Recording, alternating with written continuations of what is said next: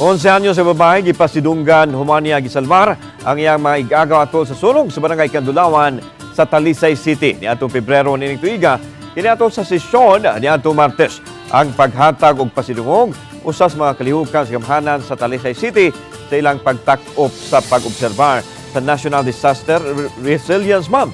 Ang mga 11 anyos nga babae kagiilang si Abigail Mercadal ang niluwas sa iyang maig-agaw palayo sa kayo. Ang mga ig-agaw ni Mercadal nagidawad og 4 anyos o 8 ka buwan. Si Konsehal Danny Caballera ang chairman sa Committee on Resiliency may palabang og resolusyon sa pagdahig sa bayanihon nga gibuhat ni Mercadal bisan pa man sa kalinghod sa iyang pangidaron. Ang sunog ni adtong Pebrero 21 ning tuiga ni sangpot sa pagkaugdaw sa 11 ka mga panimay diin 87 ka mga individual ang napektuhan. Usa sa mga highlights sa culmination sa kalihukan ang bayanihon nga buhat sa maong bata.